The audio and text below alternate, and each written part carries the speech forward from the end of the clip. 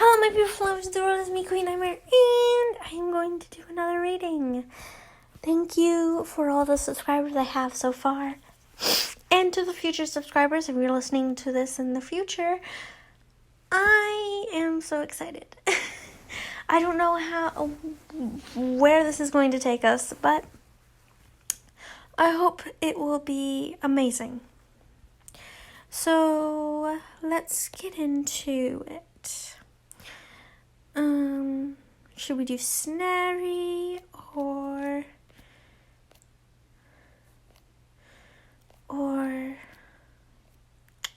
Drarry? Wait, what?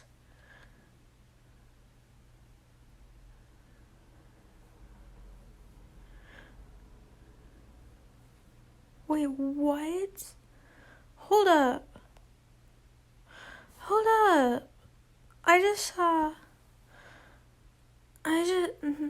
I can't explain it.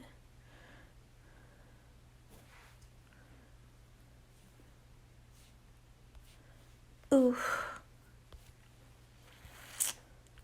Well, I just, messed up entirely. I looked ahead. You guys need to remember, I should never look ahead. Never, ever look ahead. Yikes. Okay, let's do Drarry. Okay. Whew. I'm sorry. I shouldn't have looked ahead. Wow, dang. If you haven't yet, go to the community tab and my community tab and vote on who you want to hear from next if you haven't yet. Sorry. And if you want to hear a creepypasta, go to my other voting one too. Because I'm open to anything. It could be Jane being, I don't know. Chapter 14, Draco's POV. Harry had left and I was alone. I needed him and he just left me alone. How could he do that to me? I made my way to the ministry by myself and I ran into Astora. "Where's your boy toy, Drake?" she taunted, with a smirk on her face. "Thanks to you, he left me." I frowned, trying not to cry, again as her eyes widened in surprise. "So we can do joint custody," she piped. "No, you bitch. I don't want you anywhere near my son. I want full custody," I sneered. "Fine, but you do realize when I win, you'll never see Scorpius again." "You aren't going to win. You understand me? He's my son and I will get him back." "We'll see about that. I know more than you know." With that, she scampered off, and I was left to go in alone. I tried to calm my nerves as much as I could. I walked into the trial room and took my seat. Now we have all parties. Astora, please take the stand," the ministry directed. She took the stand. "Now, you say that he's unfit. Environment, what makes it so unfit?" "Well, he's gay for starters, and that's no way for a child to live." "We don't discriminate based on sexual orientation. You plan on marrying?" "Yes." "Well, your household would be no different from their household. Two loving parents." "But who knows what he does to Scorpius while he sleeps?" she accused. "You disgusting bitch. I never touched my son," I roared, jumping up. "It doesn't stop you from lying to him." "What are you talking about?" The scars on your wrists. You told him they were from me because I caused you all that pain. but in reality that were from the little lover boy. Where is he today? Did he leave you? She hissed. All right. Stop fighting, the ministry yelled. Astora, step down. Draco, take the stand. I hissed on my way to the stand and took it. Now, Astora, you accused you of sexual abuse. Oh, I'm tasting the sweet victory of silence from the bitch. Okay. Yes, sir. But it's not true. If you think about it, her and I like the same gender. How do I know she's not hurting him? I hissed. I love my son, and I wouldn't dare lay a single hand on him or sexually abuse him. Why do you think she accused you? Because she's guilty of leaving him on my doorstep 13 years ago and not being a part of his life. Now she's jealous of how happy I am, and her one and only goal is to ruin it. Why didn't you just let her see him when she asked? Because she doesn't give a damn about him. If she did, she wouldn't have waited 13 years to seek him out. Why do you think she's unhappy? Because I took her virginity and didn't call her back. I suggested as a question. She thought I would seek her out. She probably thought we were going to have a happy little family. But when that didn't happen, she wanted revenge. He nodded in what seemed like agreement. Now let's talk about you being a Death Eater. You say you were forced. Well, you know my father, sir. Always serving the Dark Lord in what he wanted. He was just the Dark Lord's pet, selling my soul to him even before I said I could say no. I hurt a lot of people, including myself, and that's why I'm a healer. I don't hurt people. I want to help. All right. Well, very well. You may step down. Now we have to postpone this for another 2 weeks until we get young Scorpius to tell us his side. We nodded and left the room. I walked out to my car, lit a cigarette, and started to drive home. Once I arrived, I walked into the empty house. God, I miss him. Harry's POV. How are you holding up, Harry? Ron asked. We were in the office looking over some cases. Not well. My nightmares have seemed to come back, I said. I had to leave, though. I don't think he understands why, Ron stated, gently. He must feel abandoned because you were his rock. I know, but how else would he get his son back? I love him to death, but he needs his son. I know, mate. Ron squeezed his shoulder, causing me to sigh. How's Ginny? I asked, changing the subject. She's doing well. Dean is thrilled to hear about the baby. Feels bad that you two didn't work out. Hey, they're having a little girl. That's great. I smiled. I really was happy for her. Where are you staying anyway? He questioned. I stayed at a hotel last night and I'm looking for a place, I answered. Come live with us, please, I insist. Knowing he wouldn't take no as an answer, I nodded and smiled. Thanks, Ron. Serious, Harry. Ending 2 major relationships in less than 6 months. Seriously, Harry?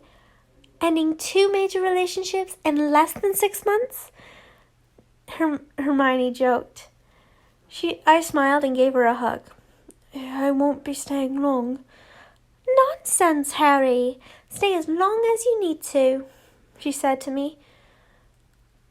Anyway, things are going to work out between you two, because he'll get his son back.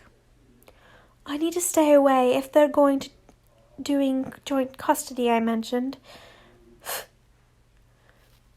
He'd never go for that, Ron retorted. Astora sounds like a bitch. But he said that if I left, I could never come back, I frowned. Harry, he said that out of anger and hurt. I'm sure he wants you back as much as you want him back. I don't know. I shook my head. I'm going to bed. Why don't you eat? Hermione asked. Not hungry. I stood up and went to the spare room. I stripped into my boxers and fell to sleep. Please don't hurt me any more, Scorpius cried. Please, I'll be good.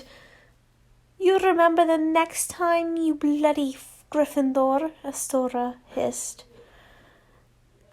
Scorpius looked really skinny, and he seemed to be hurt. Astora grabbed him by the back of the neck and threw him in the room.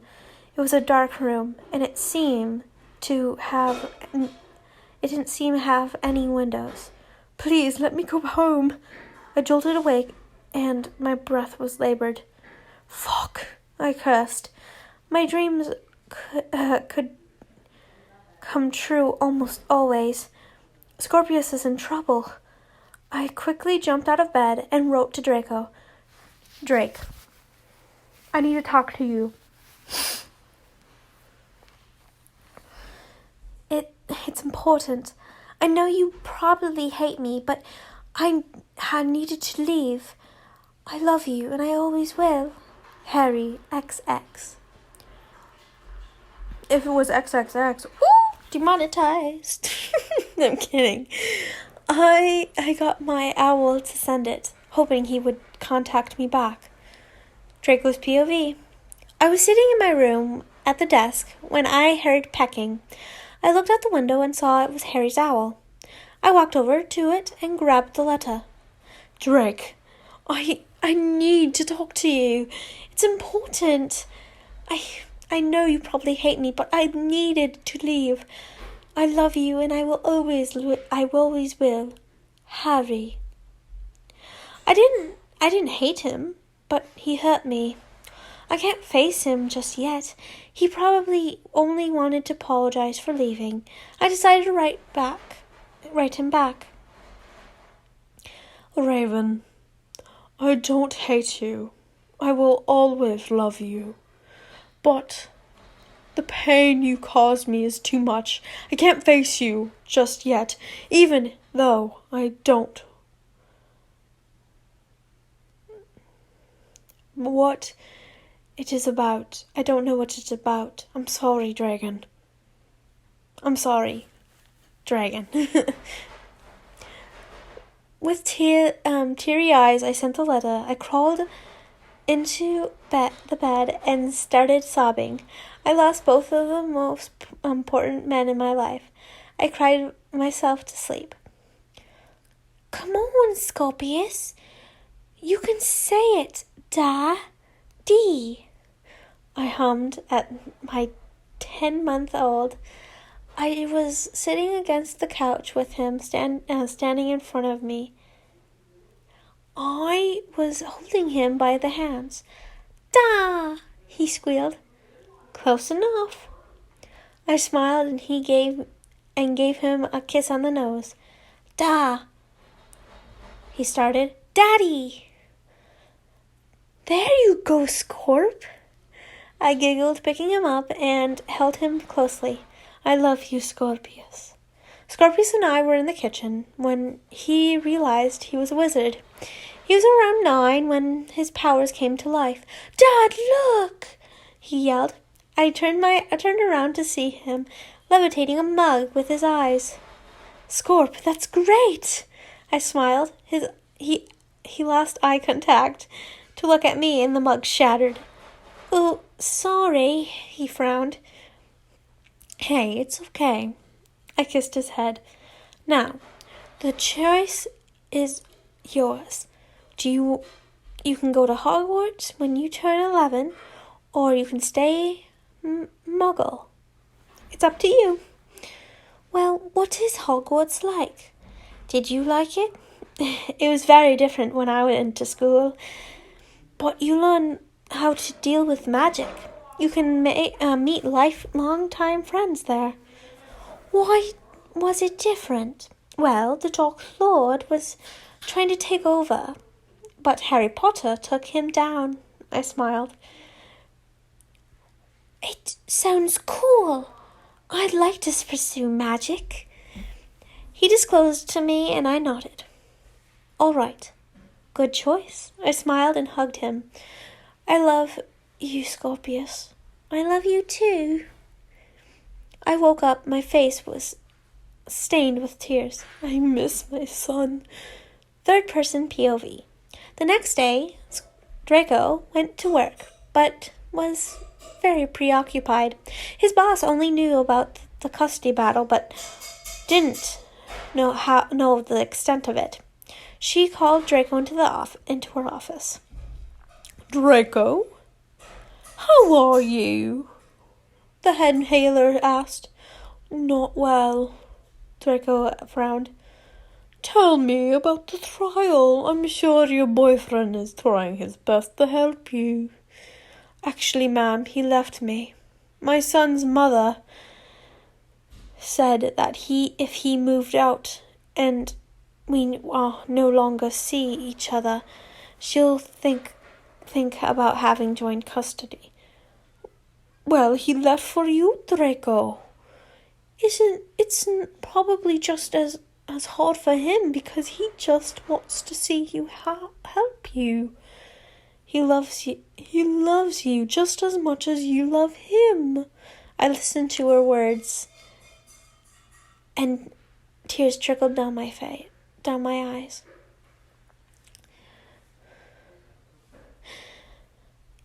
But most importantly, he wants you to get your son back. I don't think that he would even consider it. When he left, I was shocked and hurt, I replied. But I can't face him just yet because I'm embarrassed of how I reacted. I told him he's not welcome back. Draco, it's definitely you need to talk. You definitely need to talk to him, considering this is threatening you. But you also need to focus on your son and getting him back, she told me. Okay, thank you, I said. Now, get back to work. I nodded and left. Harry was hurt when Draco refused to see him. He didn't bother telling anyone else about the dream. He just tried to keep himself occupied. He locked himself in his office and he was looking over cases. Harry, you can't lock yourself in there all day. It's not healthy. Ron knocked. Oh my. I don't know where that came from. Oh my gosh, pain in my chest. Ow. Okay. Ron knocked on his door, so Harry opened it and let the redhead in. And I haven't seen you eat in 2 days. I'm sorry, Ron, I've been busy, he yelled. Please take a break, Ron begged, and Harry looked at him. I know. It's going to be okay. Ron hugged Harry. I just miss him so much, Ron, but I have to do this for him. Harry cried. Oh, crap. Harry cried. It'll be over soon. Ron hugged him tightly. It'll be okay. Author's note. I was explaining this story to my best friend, and he thinks it's so sad. But he said that before I told him about Scorpius abuse. So when I told him about that, he was even sadder. Whoops. But at least it's getting a reaction. Thank you for all who vote, comment, and who are reading reading it. Means a lot. Thank you. The author really likes to like tear out people's hearts and just smush it on the ground. Or is it not just me realizing that? Well, guys, I will look at the results right now of the stuff. I may not know what it is and I may not understand it, but oh well.